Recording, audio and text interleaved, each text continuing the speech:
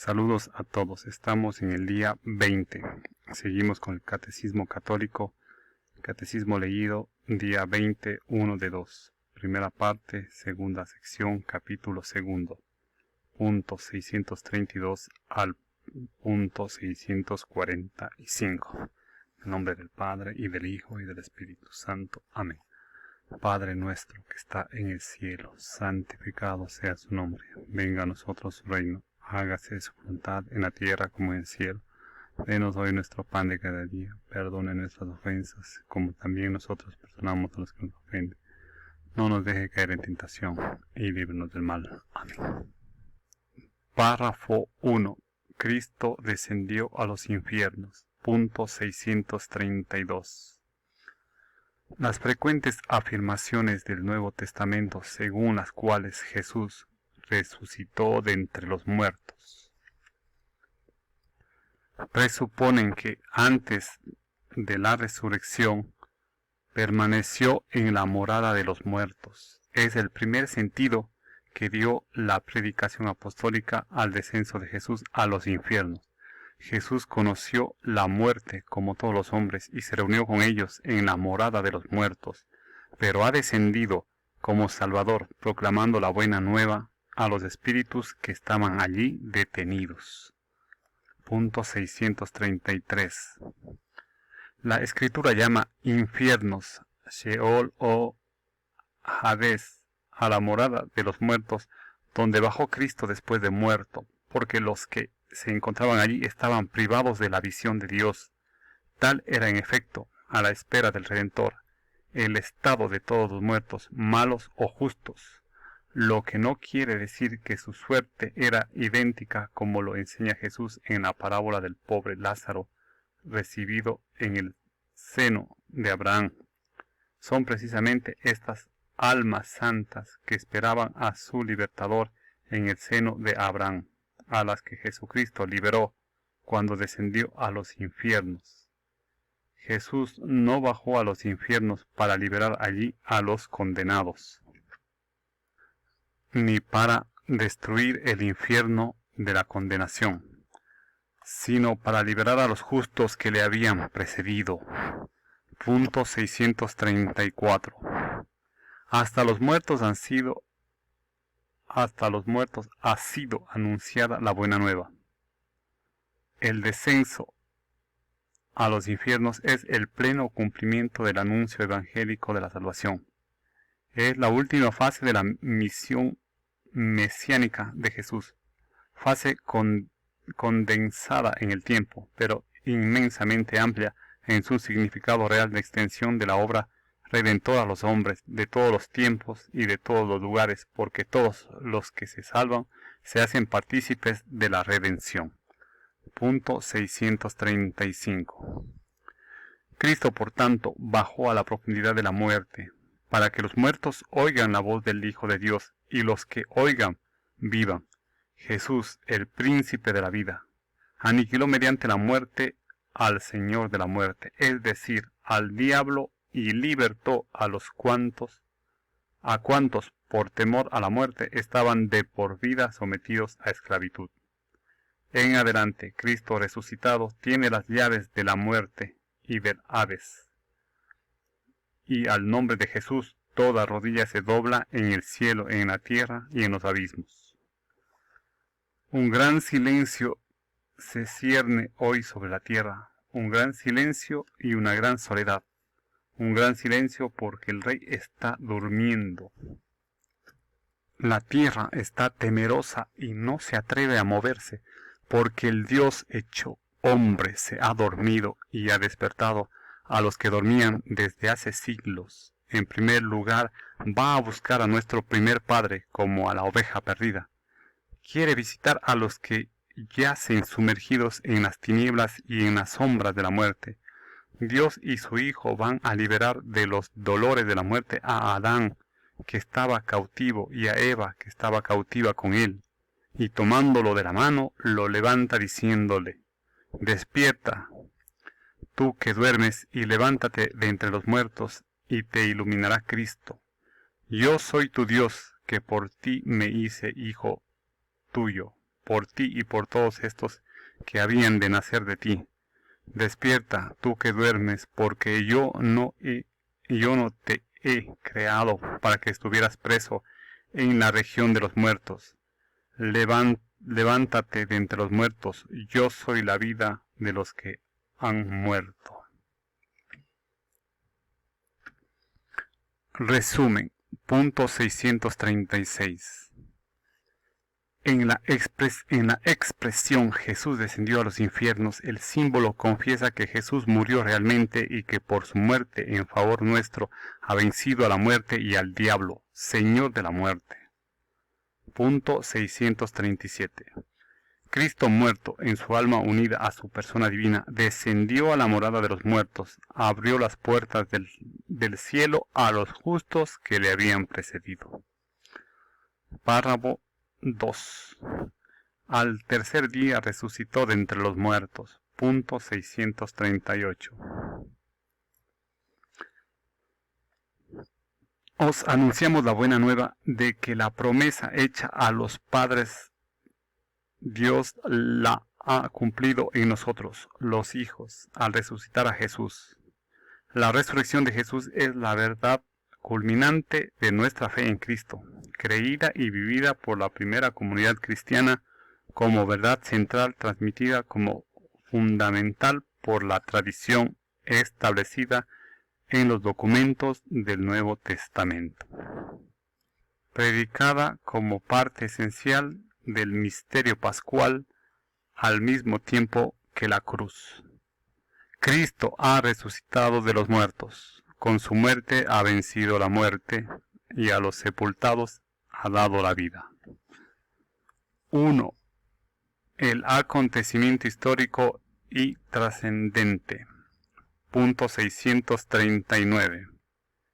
El misterio de la resurrección de Cristo es un acontecimiento real que tuvo manifestaciones históricamente comprobadas, como lo atestigua el Nuevo Testamento. Ya San Pablo, hacia el año 56, puede escribir a los Corintios: porque os transmití en primer lugar lo que a mi vez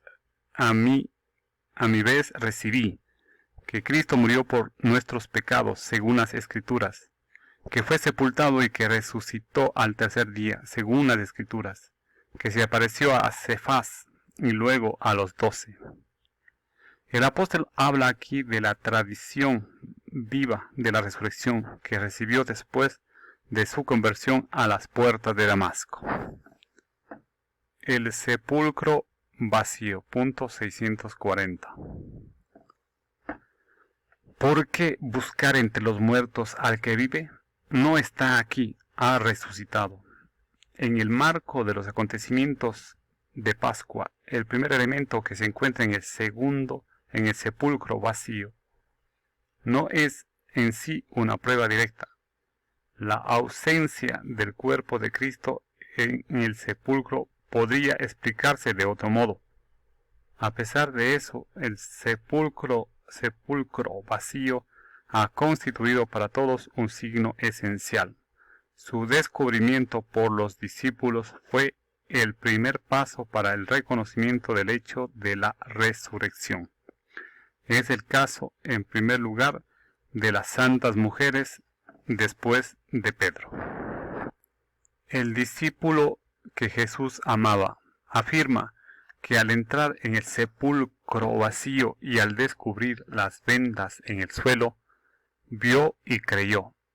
Eso supone que constató en el estado de sepulcro vacío que la ausencia del cuerpo de Jesús no había podido ser obra humana y que Jesús no había vuelto simplemente a una vida terrenal, como había sido el caso de Lázaro. Las apariciones del resucitado. Punto 641.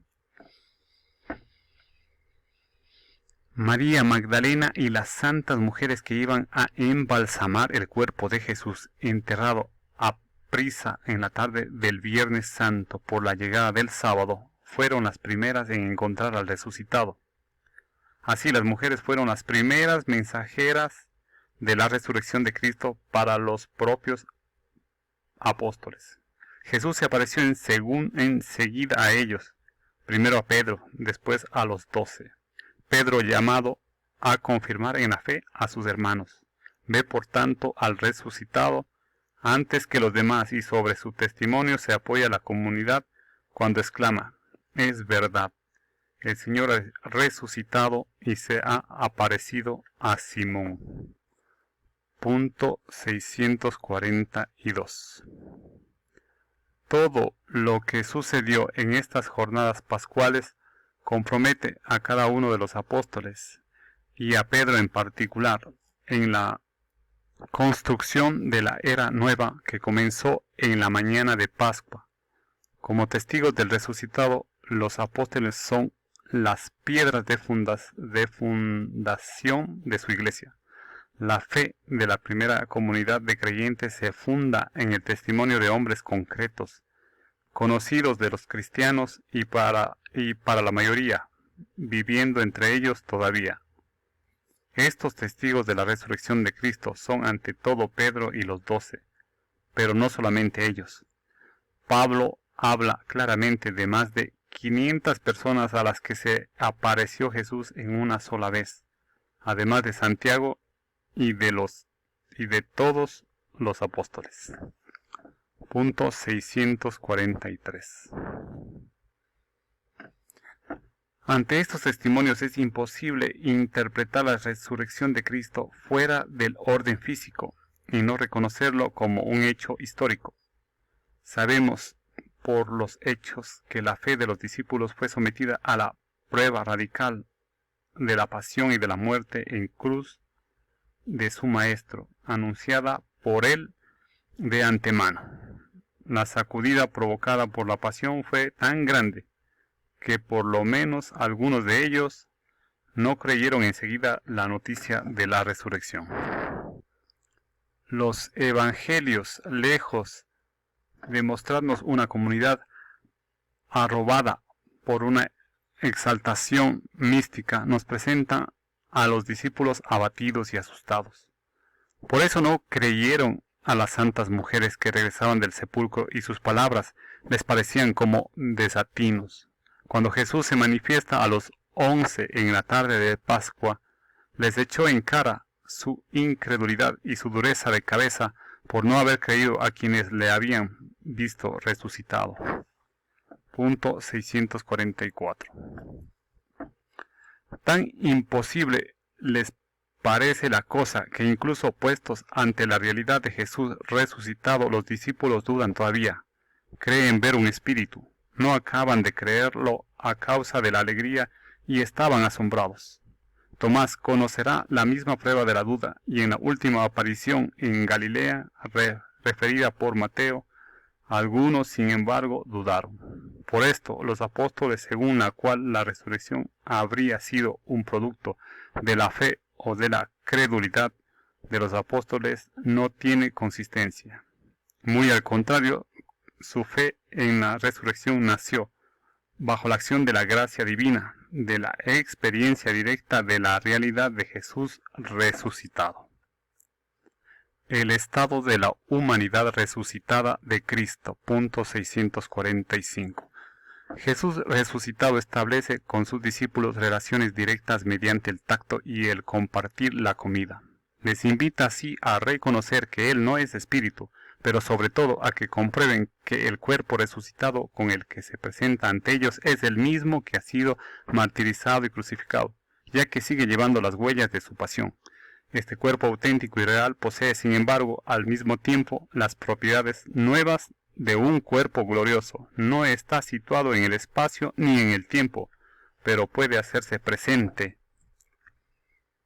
a su voluntad donde quiere y cuando quiere, porque su humanidad ya no puede ser retenida en la tierra y no pertenece ya más que al dominio divino del Padre. Por esta razón también Jesús resucitado es soberanamente libre de aparecer como quiere, bajo la apariencia de un jardinero o bajo otra figura, distinta de la que le era familiar a los discípulos, y eso para suscitar su fe. Hasta aquí el punto 645. Continuaremos en el siguiente video. Gracias.